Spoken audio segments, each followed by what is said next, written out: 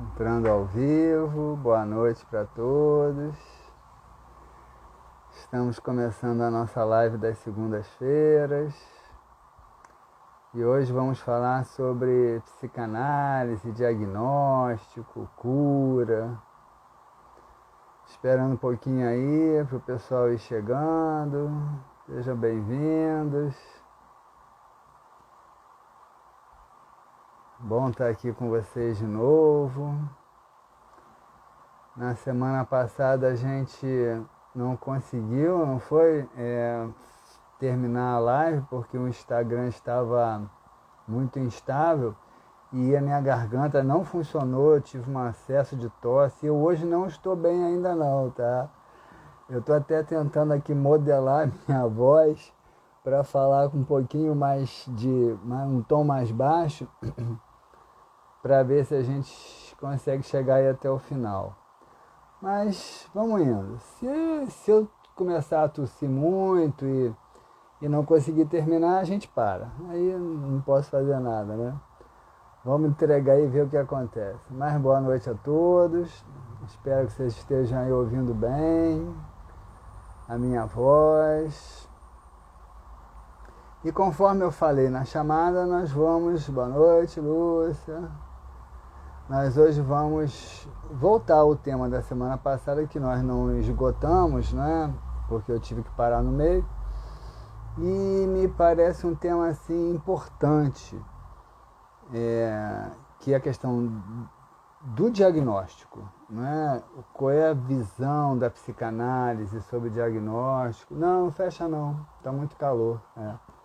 Qual é a visão da psicanálise do diagnóstico, da terapia floral, da terapia regressiva?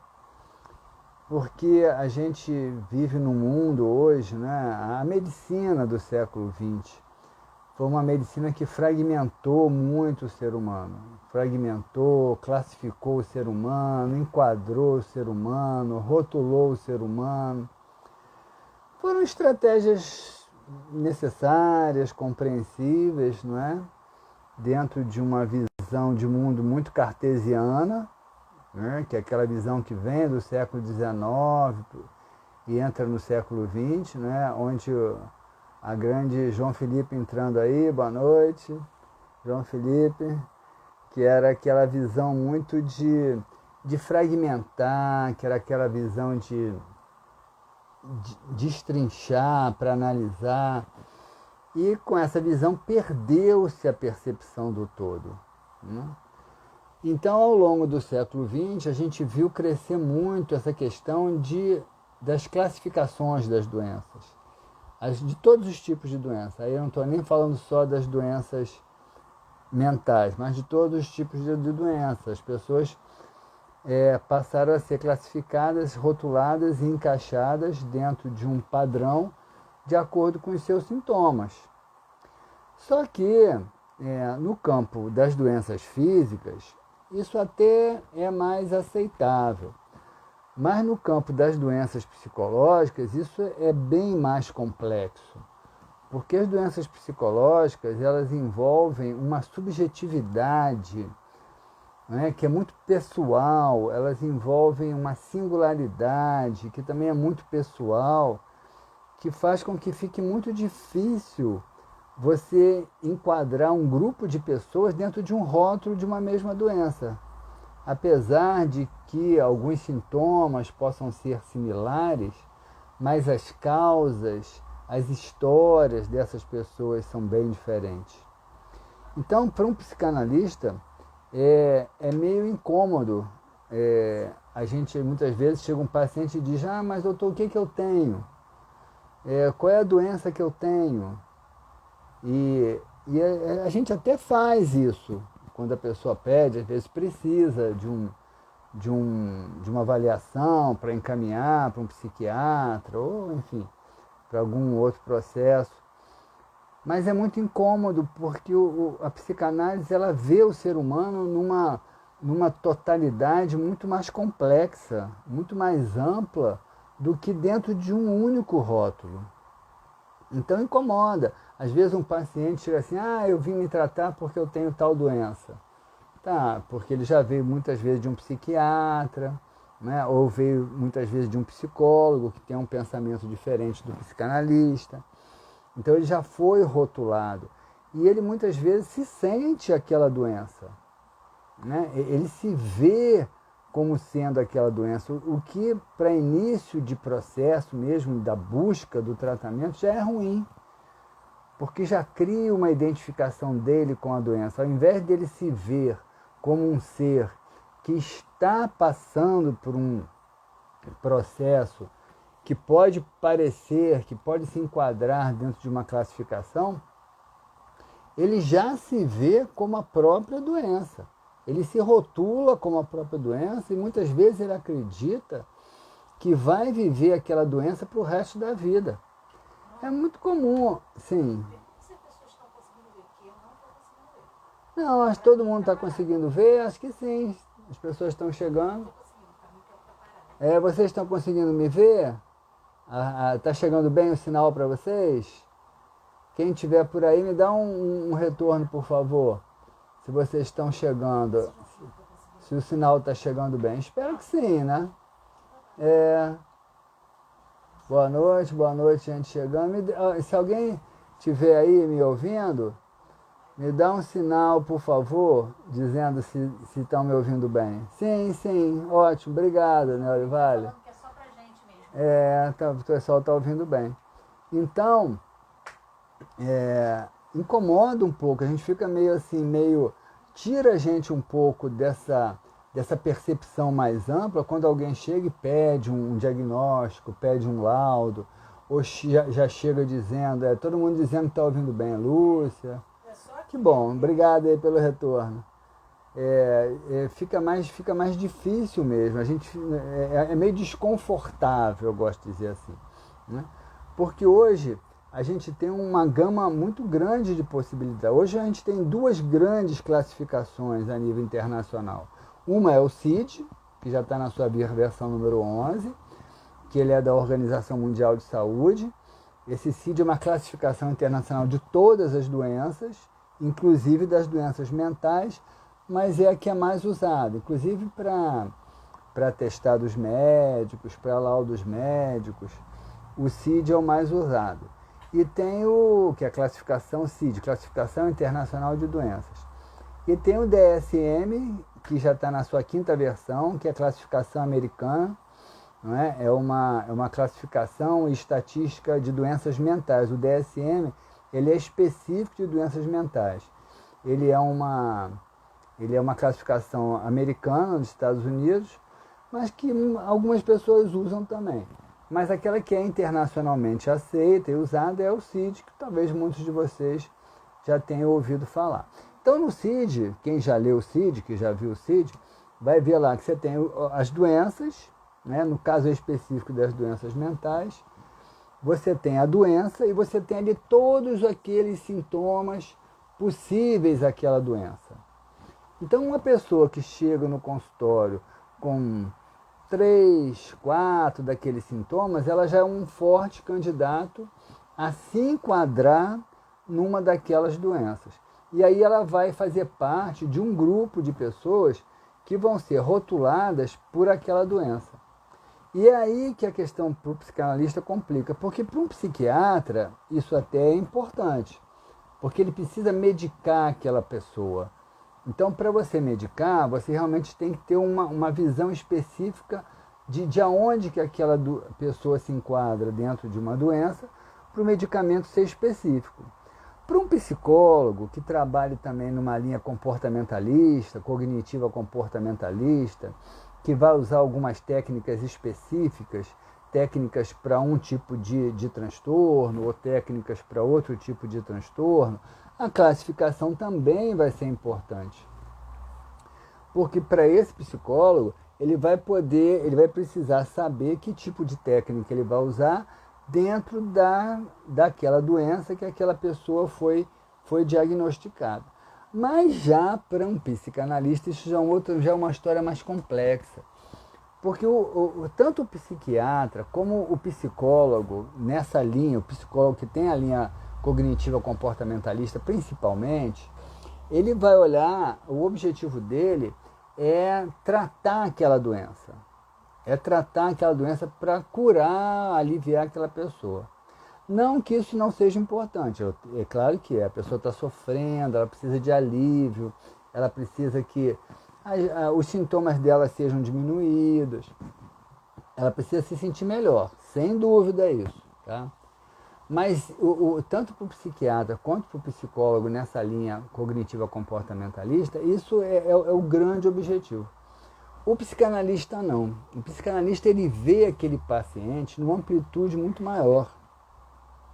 O psicanalista é curioso, né? Que apesar da psicanálise ela vir de uma linha muito materialista, Freud ele tinha uma percepção materialista, não espiritualista, vamos dizer assim, mas quando Freud ele mergulha no inconsciente, ele percebe o inconsciente, que não era algo palpável, que não era algo que aparecia num exame clínico, que não era algo que não aparecia num exame, até hoje, né, num exame tecnológico, o Freud entrou num outro terreno, né, num terreno de uma abstração, de uma subjetividade, tanto é que a mente, do ponto de vista da psicanálise, ela é diferente do cérebro.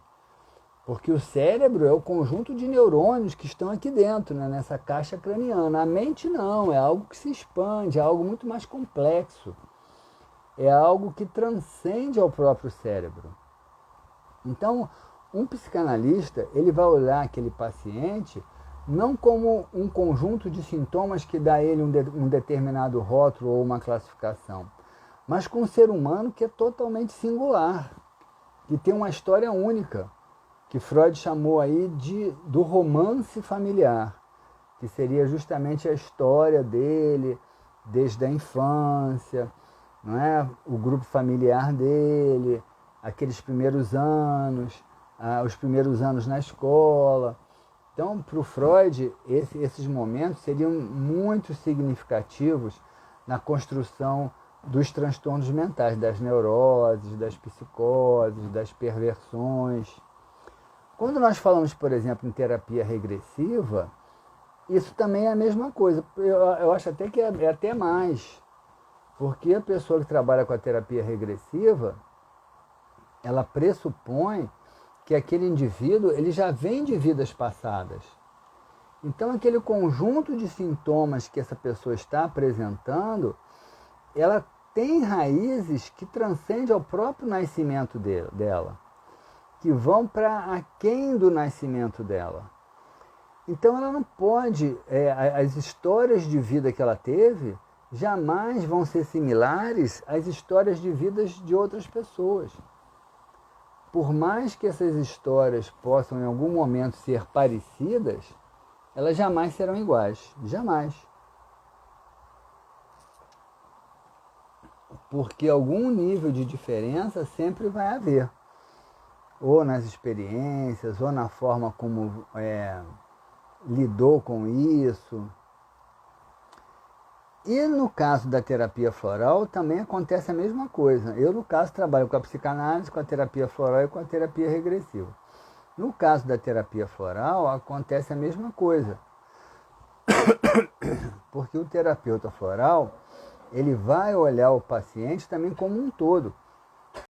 É interessante a gente perceber aí que o Bach, que foi aí o precursor da terapia floral, que na verdade criou a terapia floral, que foram os florais de Bach, lá na Inglaterra, ele era um médico homeopata. A homeopatia já trabalha com essa perspectiva. A homeopatia, ela já vê o ser humano como um conjunto, não como um quadro de sintomas. Então,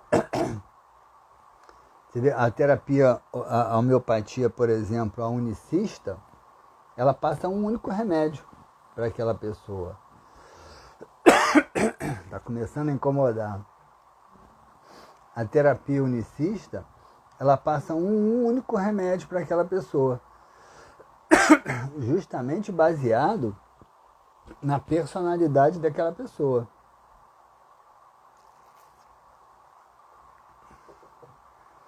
que não vai ser jamais igual à personalidade de uma outra pessoa. Eu às vezes começo a tossir, daqui a pouco passa. E fica normal de novo. Foi uma gripe que eu tive, tem uns 10 dias. E essa gripe deixou essa tosse e ela está meio devagar de passar. Mas vamos lá, vamos tentando devagarzinho. Então o terapeuta floral, seguindo essa linha do Bach, ele vê o ser humano justamente como algo muito mais complexo.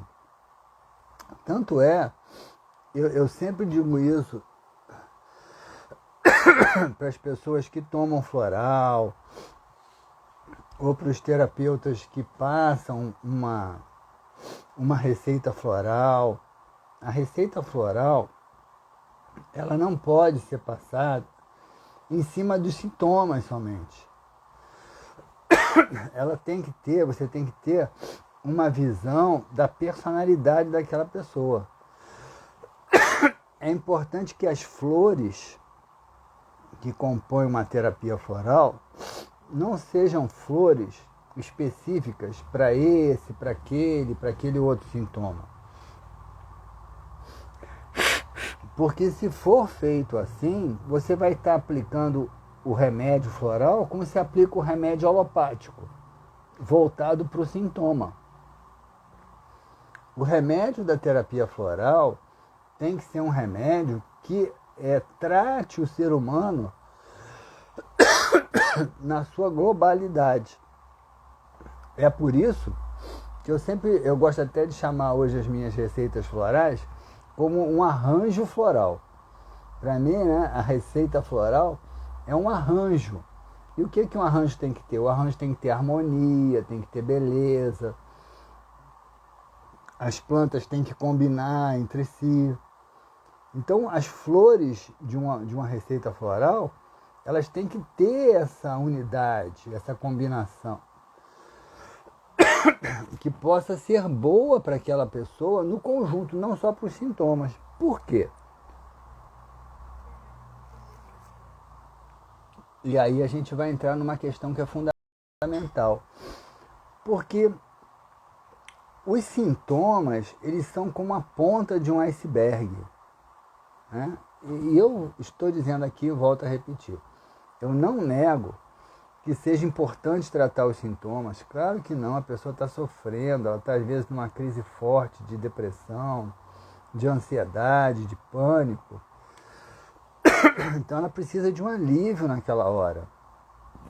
Isso, não estou questionando isso. Tanto é que muitas vezes a gente encaminha o paciente para um psiquiatra,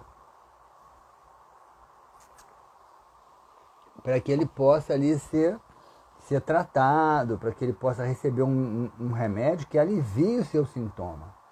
Mas esse sintoma é a ponta de um iceberg.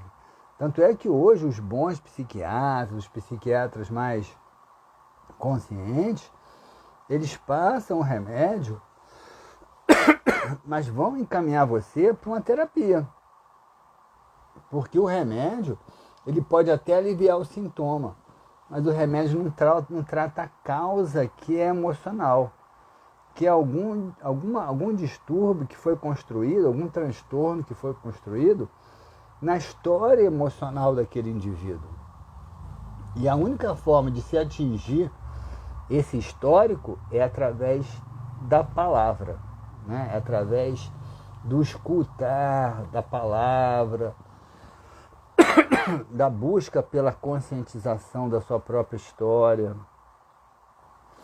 Então, o que o psicanalista vai fazer? O psicanalista, ele que aquela pessoa, apesar dele dever se preocupar com o sintoma, ele entende que aquela pessoa precisa rever a história dela.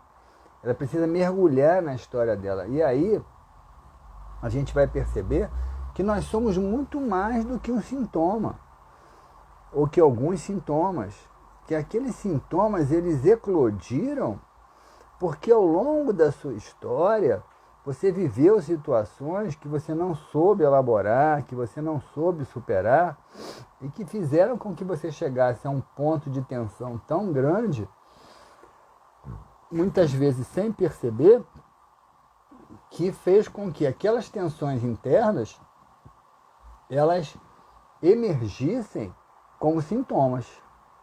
Então, se você trata só o sintoma, você pode até trazer uma falsa aparência de cura, porque eles vão ser aliviados e talvez até desapareçam.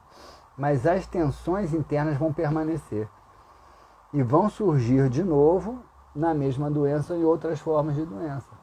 As estatísticas hoje mostram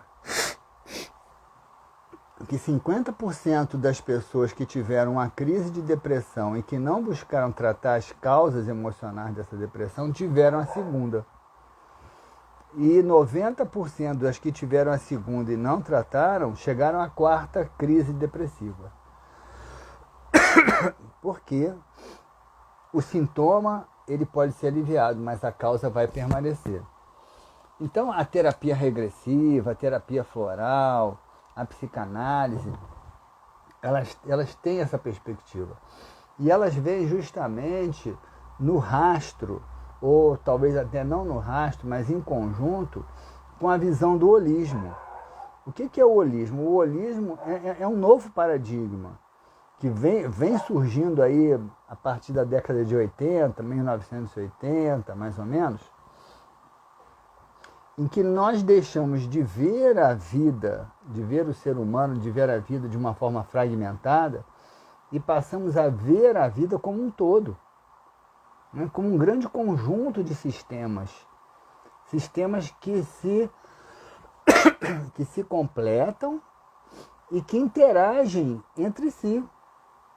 Então, por exemplo, você vai tratar um paciente, é importante perceber qual é a estrutura familiar daquele paciente, qual é a estrutura familiar onde ele nasceu, qual é a estrutura familiar onde ele vive hoje. Tudo isso são contextos totalmente singulares, que ninguém vai ter um igual ao outro, e que vai caracterizar aspectos da construção dos sintomas que ele tem hoje.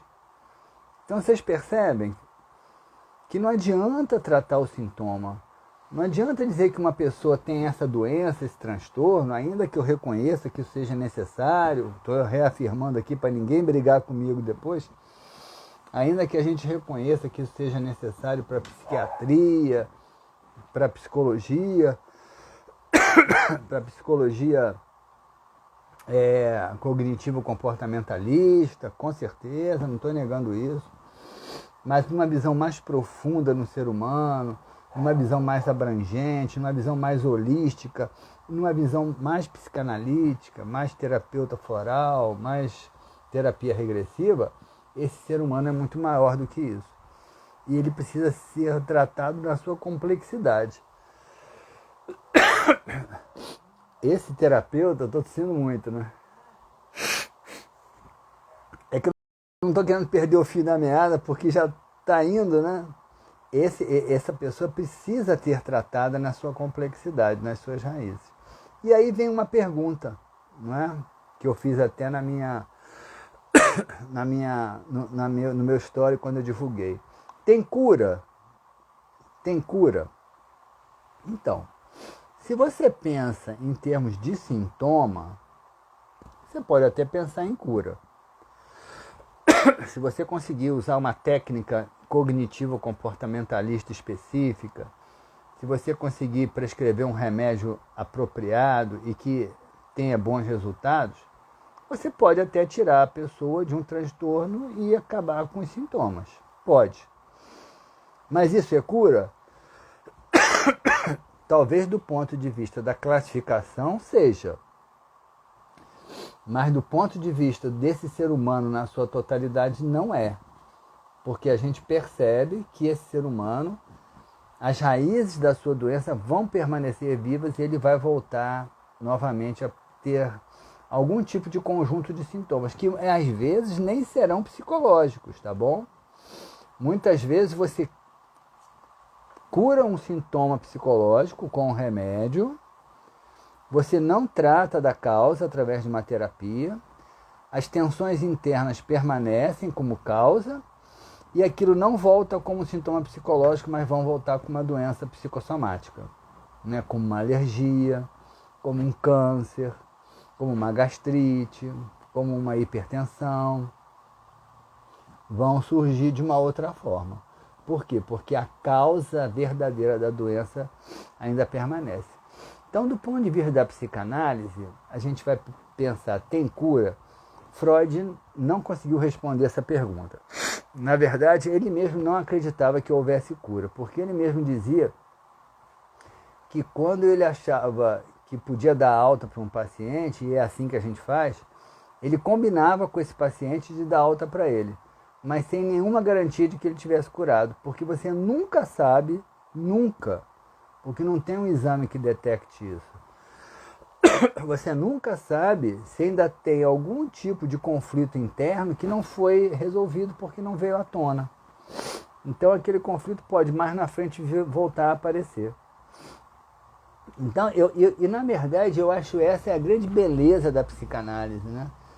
Ela é a grande beleza e ela perde, ela foge um pouco dessa característica imediatista da medicina mais tradicional, dessa medicina mais mecanicista, mais fragmentada do século XX.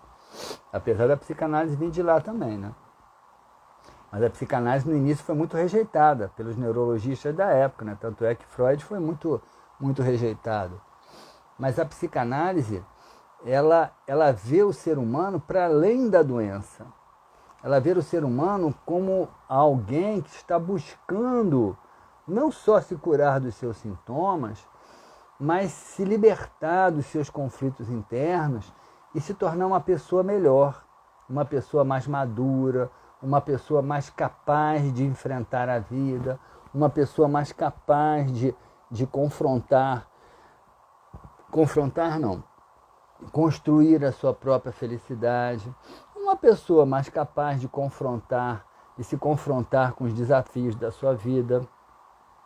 Essa é a visão, do ponto de vista psicanalítico, de uma pessoa saudável mentalmente, mas não de uma pessoa especificamente curada. Então a ideia de cura não existe para a psicanálise, porque a psicanálise ela não trabalha com uma meta. A psicanálise ela trabalha com um processo. E é curioso que apesar da psicanálise ela ter uma perspectiva espiritualista, uma perspectiva materialista, nesse sentido, ela se aproxima muito de uma visão espiritualista, porque ela vê o ser humano como um ser em processo de desenvolvimento. Claro que para a psicanálise é dentro do recorte do momento em que ele nasceu até o dia atual, né? Do ponto de vista espiritualista, não. Seria um recorte muito mais amplo, né? Desde as vidas passadas dele até as perspectivas futuras de pós-morte. Então é uma abrangência muito maior. Mas todas as duas ciências, elas olham o ser humano como um ser em processo de desenvolvimento, né? E dentro desse processo de desenvolvimento, um ser único, um ser singular, dentro de uma subjetividade que lhe é totalmente própria, buscando o quê? Se libertar das suas angústias, se libertar das suas dores e caminhar no rumo de uma felicidade que lhe seja possível, né? Caminhar no rumo de uma capacidade, a gente falou disso na última live que eu fiz, não da semana passada, que deu zeba por causa da tosse, né? Mas na última live que eu fiz, da questão da resiliência, né? Uma das grandes questões ligadas à psicanálise é a questão de desenvolver a resiliência. Não que Freud tenha usado esse nome, porque na época nem se falava nesse sentido, muito menos na questão psicológica, mas Freud dizia que um dos objetivos fundamentais da psicanálise era, olha só, não era curar o sintoma, apesar dele ter curado assim sintomas também. E a psicanálise cura sintomas, tá? Pode até levar à cura de sintomas, mas não à cura da doença, porque a doença ela é um processo. A doença é um processo de crescimento. A doença é uma instigação que a vida faz a você, te propondo amadurecer. te propondo ultrapassar as suas próprias limitações. E a psicanálise vai te ajudar nessa caminhada. Então o Freud, ele via que o processo, que a psicanálise, ela tinha como grandes objetivos duas questões: fortalecer o ego e tornar o ego mais flexível. O que é fortalecer o ego? É fazer com que você se torne mais capaz de enfrentar o mundo, mais capaz de mudar o que seja possível, mais capaz de se sentir com força para lidar com os desafios da sua vida, de administrar as suas questões internas e as suas relações com o mundo externo. Isso é o fortalecimento do ego. E a flexibilidade do ego é a própria resiliência. É a capacidade que o ser humano tem de se adaptar às vicissitudes, de aceitar aquilo que não pode ser mudado, de se flexibilizar quando determinados ganhos secundários, os cachorros estão bravos, de flexibilizar quando determinados ganhos secundários possam ser melhores para ele do que tentar impor o seu desejo narcísico, o seu desejo egocêntrico. Então a psicanálise, na perspectiva de Freud, ela trouxe essa visão, não é? Que o grande processo é fazer com que esse ser humano se torne uma pessoa melhor. E ele se tornando uma pessoa melhor, ele eliminando as raízes conflituosas que têm sido as predisposições para as suas doenças, para os seus sintomas, ele começa a se libertar dos seus próprios sintomas e das suas próprias doenças. Mas mesmo quando esses sintomas passem, o processo interior jamais vai cessar. Eu sempre digo para os meus pacientes, depois que você começa a entender, a se familiarizar com o seu processo analítico, ele não vai parar nunca mais. Você pode até parar de fazer a terapia, mas você jamais vai deixar de ser uma pessoa que vai estar se observando, se analisando, que vai ouvir o que os outros dizem de você, que vai observar como você se sente em determinadas situações, aqui e ali, como que você reagiu. Você vai estar sempre no seu processo de autoanálise. Isso é muito gratificante, porque isso traz para você uma sensação de um certo empoderamento. Não que você se torne uma pessoa infalível, não que você vai deixar de ter defeitos, mas você vai começar a aprender a administrar melhor isso. E na medida que você amadureça tudo isso, você vai aos poucos, sim, com o tempo, se tornando uma pessoa melhor. O que é uma pessoa melhor? É uma pessoa melhor do que o outro? Não, uma pessoa melhor do que você já foi. É uma pessoa melhor do que você foi na sua relação com o mundo externo, na sua relação com a sua sociabilidade.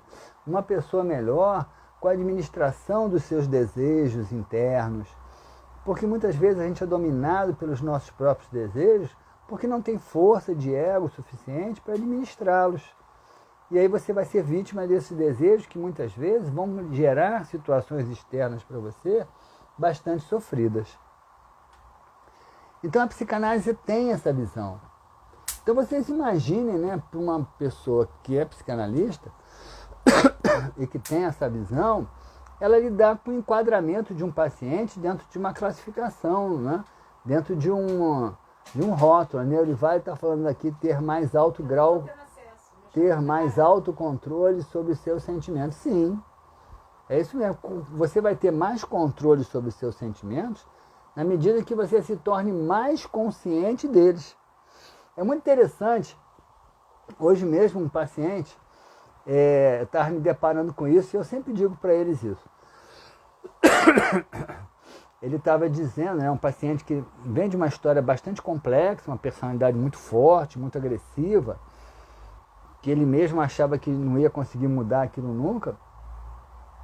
E ele hoje dizendo, né, que ele fez uma determinada coisa com um subalterno dele, quando ele fez, ele sentiu, puxa vida, ele não devia ter feito isso. E aí eu vibrei com ele ali, porque eu falei, caramba, que legal, né? Você fez, mas você tomou consciência imediatamente. No futuro muito próximo você não vai fazer mais.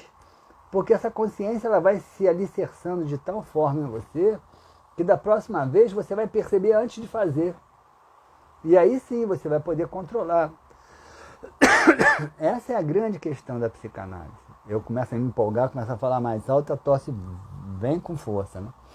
É trazer consciência para si mesmo, para os seus comportamentos, para as suas tendências.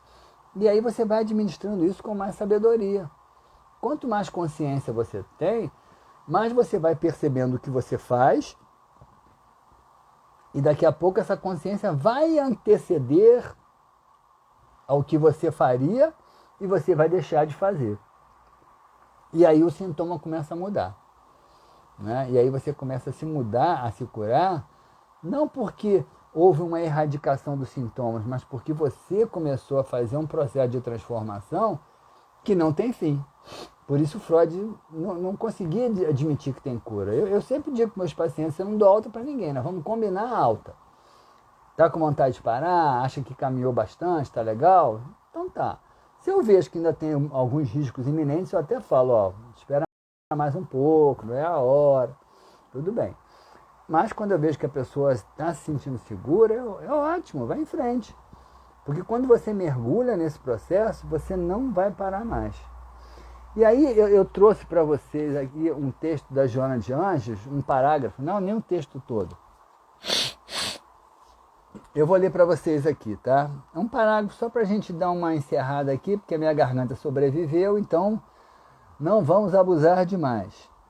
E aqui diz assim nesse texto: a doença, todavia, é resultado do desequilíbrio energético do corpo em razão da fragilidade emocional do espírito que o aciona.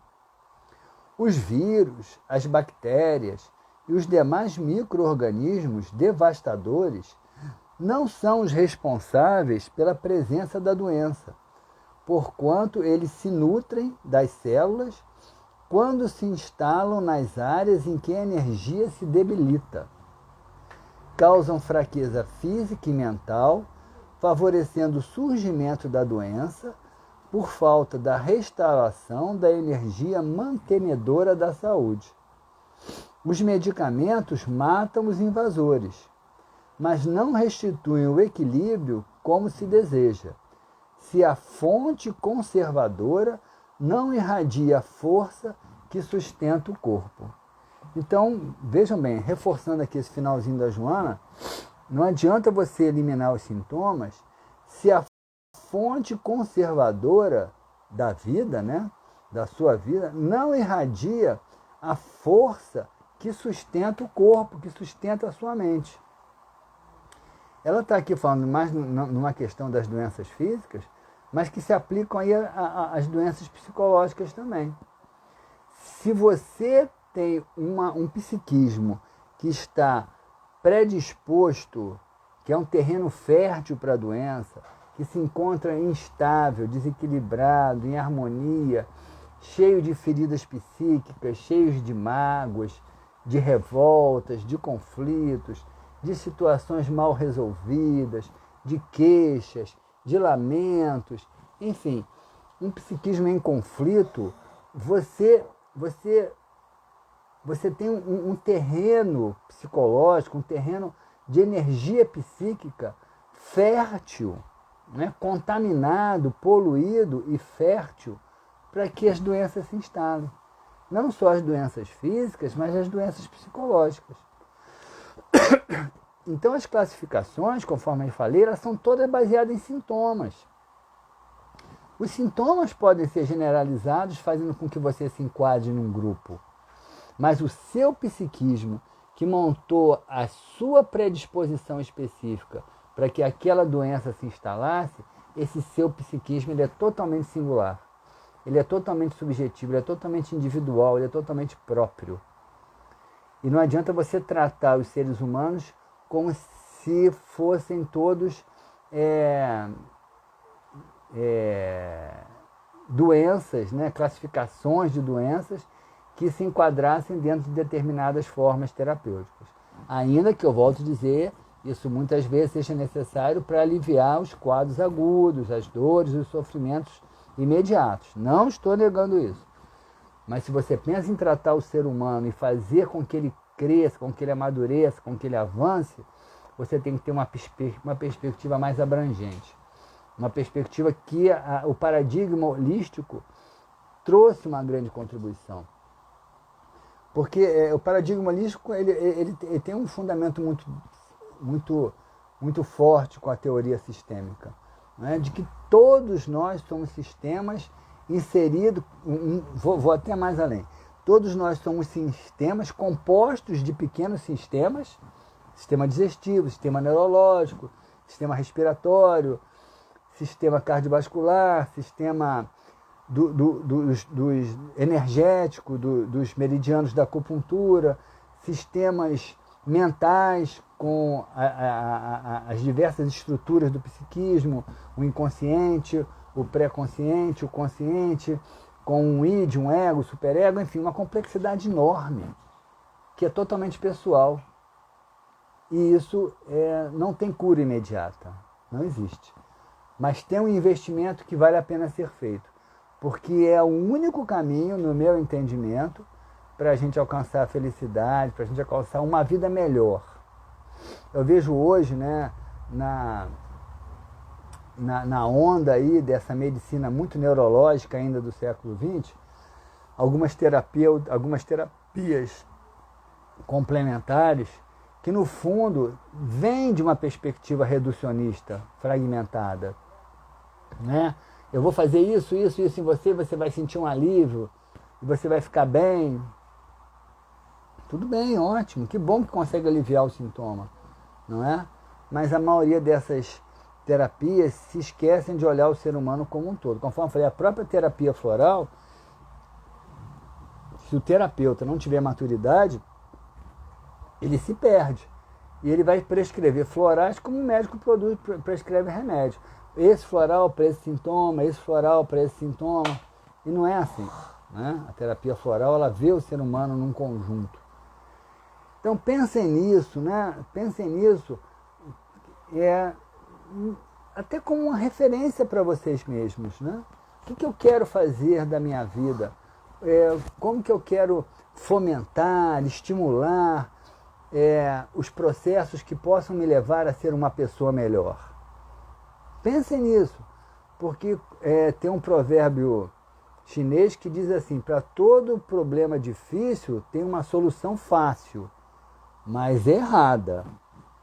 Porque um problema difícil não pode ter solução fácil. Um problema difícil tem uma solução difícil, que envolve esforço, que envolve tempo, que envolve investimento, que às vezes envolve uma vida inteira.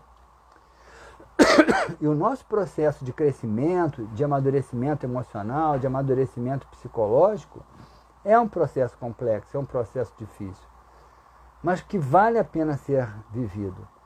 Não só vale a pena ser vivido, precisa ser vivido, porque a vida nos impulsiona para ele como o único caminho viável. Ninguém regride, ninguém retroage, ninguém fica nem parado. A vida está sempre nos empurrando para frente.